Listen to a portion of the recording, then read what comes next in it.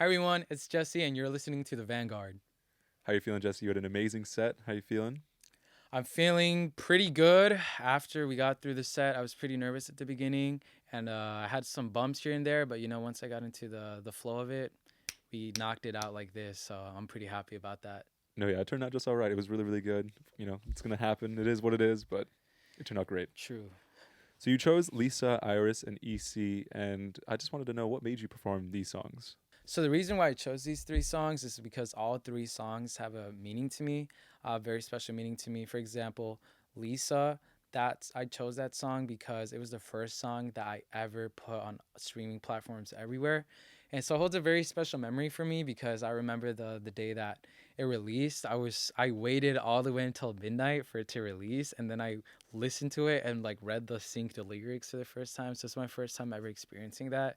So that's why I hold such a like special memory. It's also like a crowd favorite, if you would say. And I chose Iris because that song has a very special meaning to me. Because the name of the song is actually the name of my girlfriend, and like so basically the whole song is like dedicated to her. So it's basically like a love letter just in the song. So a lot of people relate to that song. They really like a lot of couples like to bump that song. Know what I mean? And then lastly, I chose EC because it's like my latest and greatest. And what I really liked about that song was that it's actually mixed and mastered by me, the whole like the song. So I feel like I'm really proud of that, and the fact that it sounds as good as it does, and like it's all by me and not by like some other producer or engineer. So I'm really proud of it, and it just came out too. So I was like, why not bring the latest and greatest with me? Yeah, no, that makes sense, and they sounded really, really good, especially the production. And for many of these Thank you. singles, the majority of their lyrics are in Spanish. And does writing in Spanish rather than English have any impact on your songwriting process? Yep, it definitely does. I feel like, well, in my experience, when I write in English, it's usually I don't really write too much in English. If I do anything in English, it's probably just freestyling. I freestyle more in English more than anything because that's just like most of the music that I grew up hearing was a lot of like hip hop and stuff. So that's how I got into freestyling. So I don't really write in English. I mostly just freestyle in English.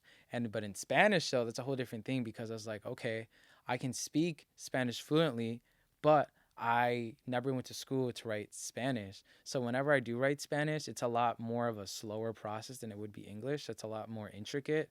So whenever I do write in Spanish, I always feel like it's a lot more special, a lot more intimate because not only is it my first language, but it's also like I think Spanish just like I'm biased here. I think Spanish is a beautiful language. Yeah. So when I write in Spanish, I just can express myself in a way that I can't express myself in English. But the same can be said the other way around, which is also why, like you said, most of my music is in Spanish, but it's bilingual. And the reason why I do that is because certain emotions can be better expressed in one language than the other. Yeah, I think so too. It just adds that sazon, we were talking about earlier, that sazon. Exactly. No, that's exactly what it is. El sazón, that little spice, that makes me stand out. Yeah. And you were talking about earlier how songs like Iris and Lisa are about your girlfriend and people in your life. And are there any other, main messages or themes that you enjoy writing about than others? Well, if you haven't noticed, love is definitely something that I talk about a lot. Yeah. So that's definitely one of my favorite themes to write about. And the reason being, it's because since I was like a kid, I was always in love. Like I had a girlfriend in third grade. Like that's Hmm. the kind of kid that I was, right? Like, so it's definitely like something that I love to talk about. Like I had I mean, I don't want to expose myself, but like I had like 20 some girlfriends, like in this, and keep in mind I'm 18, right? 20 some girlfriends, like 20 some like unofficial things. So like I was always like having motion, not like in like a bad way, but Hmm. like No, I got you you. know what I mean, right?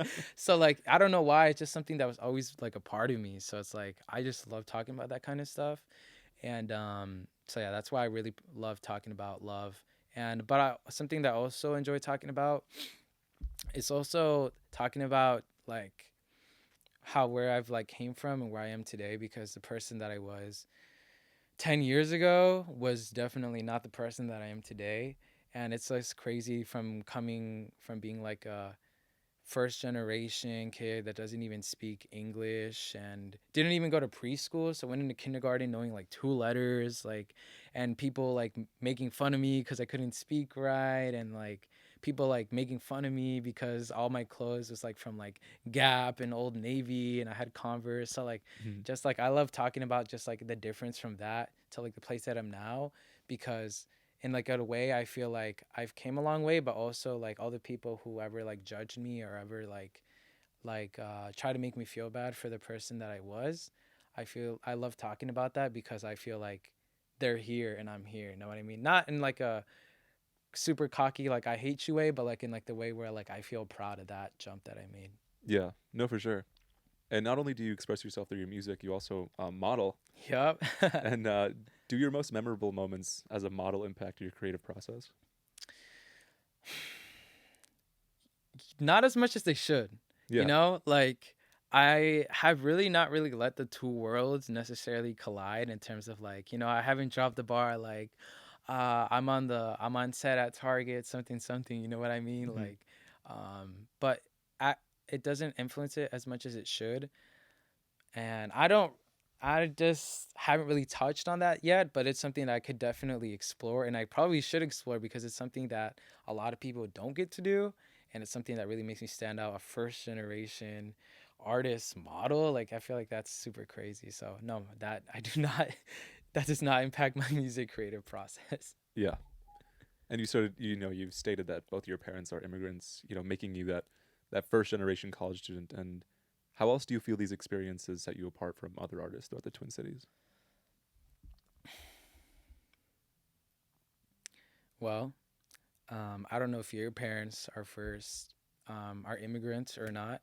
Um, but I'm pretty sure everyone, at least every Mexican that, because I'm Mexican, every Mexican that has immigrant parents, there's always like all these memes, like your parents like cleaning in the house with the music blasting, or like you're sleeping at the party on the chairs because they don't want to leave, and just like stuff like that. So Hmm. I feel like I had a lot of experiences that I'm really really grateful for that I didn't know were not, I wouldn't say not normal, but not everyone has those experiences.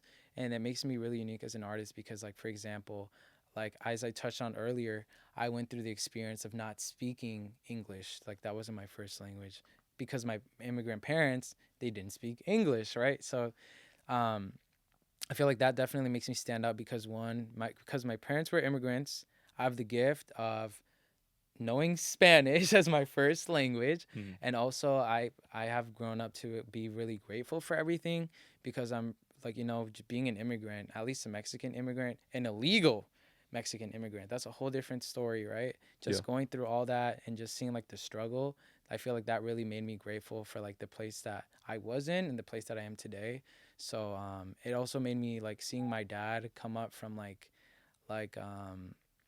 from like basically nothing and raising me, not being like well off, no inheritance, not even knowing like the language, right? And just seeing like the place where he's come to, it makes me really like proud of him, but also makes me really like, it inspires me, and it really showed me like the immigrant struggle showed me that anything is possible and that I have no excuse to not achieve what I want to.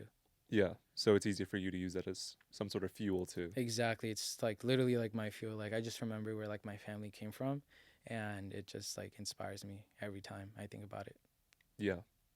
What parts of Mexico are they from? They are from Morelos and from the infamous Michoacan. Yeah, so that's what made it crazier too. Like the places where they're from, they're not from like Cancun or like Mexico City, where like I'm not saying those places are necessarily better off than most places in Mexico, but like they're from like non-touristy like Mexico, and as we all know, like Michoacan is not very like uh safe. It's actually Hmm. as ranked as bad as Afghanistan according to the United States, which is pretty crazy. So just like the place where my parents came from, it's like, yeah, that's where they're from.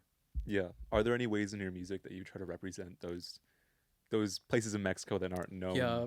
for being the most safe? Yeah, I actually do. So for example, in my song Lisa, I say, I'm talking about a girl, and I say, ¿De dónde? Ella dice de Puebla. So I'm like, where is she from? She says she's from Puebla. So if you guys don't know, Puebla is like a state in Mexico. So, and it's also a city.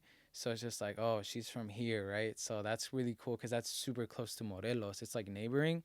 And then I also say, diles a esos huaches que se muevan, right? So Huache is slang from Michoacan. Hmm. So that's how I like to represent it, like little cool things that you would only know if you're like from there.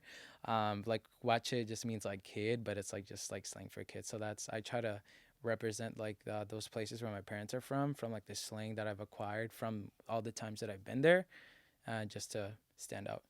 Yeah, Yeah. and it's really nice and fun to hear those little hints of that show where your family are from. And Yup. mhm. And Mexico, other For than real. its different parts of that have different slang and cultures, it's also well known for its vast amount of regional music that differs in all sorts of sounds and styles. And which ones are your 100%. favorites and like why? So, growing up, my favorite music from Mexico and just Latin America in general was definitely bachata. I love bachata so much because it touched on like what I currently make a lot of music about. It's just love. Literally, bachata is always love music because bachata goes hand in hand with bachata dancing, which if you didn't know, I love to dance. I'm a really good dancer. So that's some. So I love bachata so much growing up, and I would like love to dance to it and all that. And but my dad, he was always playing like the los corridos Hmm. and like all that like banda music. And when I was a kid, I would hate to hear that music because he would crank it like all the way up like to like max volume and blast it in the car like coming from a party or wherever. So I didn't really like grow up like liking that style of music except only to dance to it. But then like now recently I've really enjoyed like the recent come up of all these um the new corrido artists, corridos tumbados. I love them. Like when I heard Chino Pacas, El Gordo Trae el Mando, Hmm. when I heard that one, I was like, yo, this is hard, So Yeah. that's definitely music that I'm really enjoying. And obviously I can't forget to mention this style of music, reggaeton. Forget about it, bro. I love reggaeton. Like reggaeton is only unique to Latin America because obviously it's in Spanish, and I think like it's so beautiful. It's like like you can dance to it, but you can also like just like vibe to it, and it's like so versatile. And it's I love reggaeton. That's like if I had to pick one, reggaeton. Yeah, and these genres have been very much on the come up, especially now with Peso Pluma and Bad Bunny. Putting these elements of these kinds of genres into their music today. And you've stated that you're a writer and producer, and so how do you incorporate these sounds into your the production of your music? So the way that I do that is, um, first of all, I listen to a ton. Like almost all the music that I listen to is in Spanish. I used to listen to a lot of music in English, but now it's mainly Spanish. So I love to like listen to like okay, like this is like the rhythms that they're using, right? Like the reggaeton, like so that kind of stuff. So when I make music, I love reggaeton. So I'm like, okay, I love like the reggaeton pattern of like this song. So let me make it something like this. Know what I mean? So I use like all these like these growing genres. I'm using them kind of like to my advantage because I love this style of music. So it's like, okay, let me double down on this. Let me make some more reggaeton, some more Spanish music. You know what I mean? So and then in terms of like writing, I've even heard some artists such as like Bad Bunny, and maybe you don't know about this artist, maybe you do, Young Miko from Puerto Rico, and they do sometimes some like Spanglish, if you know what Spanglish, like Spanish English. Hmm. But so I hear sometimes they drop like a word in English or just a sentence, and I pick up on that, and I'm like, okay, I'm bilingual, right? They're not necessarily bilingual, so I use it to my advantage because I can, instead of doing just like a word or a sentence, I like to do like a whole verse in English and then one in Spanish, right? Because it's something that like it's unique to me because I'm bilingual. So that's the way I use that. Yeah, just another way to represent where you come from and your Exactly. skills. So yeah, as a child, you were engulfed by artists such as Romeo Santos and Prince Royce, bachata artists. Yep. But you've previously stated that ditched these kinds of music for rap throughout middle and high school. Yep. So, what specific era of hip hop is your favorite, and what artist initially pulled you into this genre? So I was born 2004, and up until around the age of like 8, like listen. Oh, I actually listened till like 10 or something. So do that math. That's like 2014. So around that time, rappers like Lil Uzi, like Playboy Cardi, 21 Savage, Drake, Future, and Young Thug, all these artists that are huge now were literally just on the come up, which is crazy to think about. So that's really the era that captivated me, especially something that's super iconic to me is 2016. I don't know if you've watched like the 2016 like XXL freshman cipher. Yeah. It's super famous, right? That cipher itself, that is what, like, that whole thing is exactly what captured me. Like all like those weird, like the yeah yeah yeah, like all Hmm. this like weird like stuff that I well, it was weird to me at the time that I've never heard before. That's what really pulled me in. And it's not necessarily that I just thought like bachata was trash. It's like it was never that. It was just like, oh, I've listened to all this music my whole life. Let me listen to this new thing that I love to hear. So yeah, that's the era that captivated me. 2016. Yeah, arguably the best XXL freshman cipher Yep. out of them all. Which one's your favorite? Lil Yachty, 21 on that docket. Ah, okay. That's a really hard choice. They Because all there's did there's a lot of so heavy hitters good. on that one. Okay, well, I really liked Lil Uzi. I love Lil Uzi. Like that time was super iconic because I think that was the same year that the album Love Is Rage 2 came out. Yeah. The one with like the off-white tape. That one, like I literally have a picture of it in my room. So when he went, it's like yeah, yeah, yeah, yeah. So that was, I love that part. But I do have to shout out like 21. Like when he comes into the cipher, he's like a little bit like more like no no no no no no no. But then like when he gets into his rhythm, it's like yo. So Yeah. definitely 21 and Lil Uzi would be my favorite from that cipher. Yeah. And even artists in that freshman group that are still, pretty big but do express, their place in their underground, such as Denzel Curry, right? Yeah, Denzel Curry too. Yeah, I mean, I don't listen to him all the time, but his videos for some reason, like they always do super good on YouTube. All his like music videos. So just like he's a little bit more like experimental, if you would, with his music, Hmm. with like the themes that he touches on. So he's definitely super cool too. Touching on El Alfa again, in his music, there's a lot of booming bass and other very Dominican specific sounds. Is this something that you've explored within your own production? Yes, I actually have. If most of the beats that I like listen to and like practice on and that I produce are all just reggaeton, like the like heavy drum, like heavy kicks, like stuff that really gets you moving, just like you were talking about in El Alfa, like the bass that like really gets you like, yeah, it's definitely something that I do experiment with like every single day. And the reason why is just because like I told you reggaeton is like my number one to my favorite.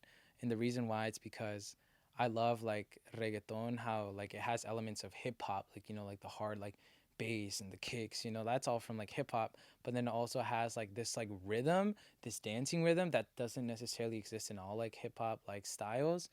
And like I told you, I love to dance, but I also love making music. So like reggaeton is like, and those sounds from there are like perfect for my type of production because and I'm transitioning to making more music that's a lot more like danceable, but also just like where you can pour your heart out on it. Know what I mean? Yeah. So yeah, I definitely do use it. No, it really is the perfect melting pot of all these, cultures and styles. It is really fun. It's really fun to hear.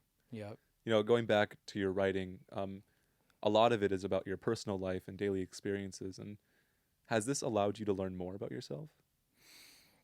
Yeah, it actually has in some ways that like may not be so apparent. Like when I write about myself, I'm like, oh shoot, like I've been in love a lot of times. Hmm. You know what I mean? Like I love like this feeling of love. Like that's one thing that I discovered. I didn't realize how like deep it was. But it also like when I write about certain things, for example, in like Lisa, when I was writing Lisa, sometimes I felt like a sense of frustration, not necessarily at myself, but like about some of the stuff that I was writing about, like the stuff that I was talking to you about like being like treated differently because like I didn't speak like Spanish as my I mean I didn't speak English well. Like it's like when I think about stuff like that, I didn't realize just how much that like really bothered me that people treated me that way. So it's like I realized that like throughout like my writing. And I also realized that there's some things that like I tried writing about, um, and I even recorded like a song, it hasn't came out, and it was a lot about the topic of like suicide and like depression. Like I lost a family member this year to like suicide, my godfather actually, and the song was written actually before that. But then I realized that like there's some things that I'm not necessarily ready yet to share and explore about. I do have a song named Que Te Hice where I do touch on a little bit more of a, like a sadder subject, but like I realized that like like this is definitely a part of me, but I don't know if I'm like necessarily ready to share uh share it yet. Know what I mean? Yeah. Like it's still like a work in progress. Hmm. Yeah. Yeah. And you also embrace this motto of becoming nothing to something. And was there any specific accomplishment in your life or music career that allowed you to recognize that you made Yeah. Well, first of all, I have not made it yet. it? I've not, well, in the sense that I have, it depends what perspective you have. If you're just talking about like, I'm on a radio show, if that's your view of making it, then I made it, right? But the view that I have of being like a superstar, then haven't made it yet. But just because I haven't made it doesn't mean like I'm not doing good. Know what I mean? So when I say like came from nothing to something, is because like in school, like I was always kind to everyone and stuff, but like I told you, there was a lot of people that treated me differently. Touching again on this subject, but it was just like I used to be very different. Like I told you, I used to wear like the Gap and like the Old Navy clothes, and like there's nothing wrong with wearing that kind of stuff, but people treated me like I was weird for not wearing like skinny jeans and like Nikes and all this stuff, right? And also my hair used to be really short, which is not the case now, right?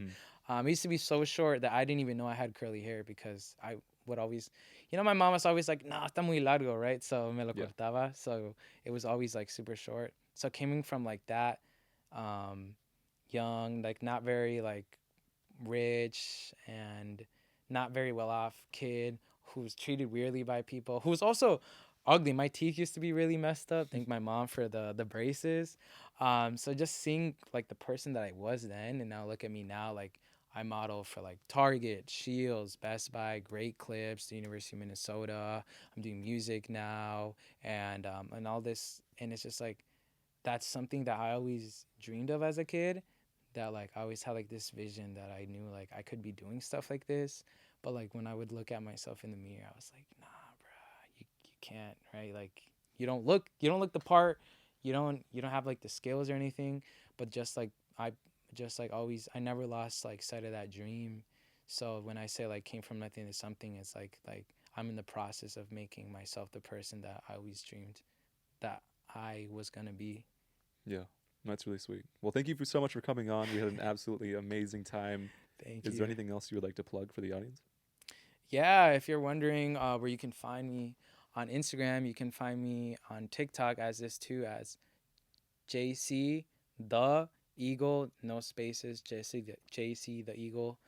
You can find me there. You can find me on Spotify, it's just JC, Apple Music as well. Anywhere, YouTube, also that too. And I just want to thank the Vanguard for this beautiful opportunity to be here. It's like really a dream. And I hope that in who knows how much time, maybe a year, a couple years, uh, this will be seen like as a stepping stone to the place where I'll be then. So thank you guys so much. Yeah. Thank you so much for coming in. Yep, thank you.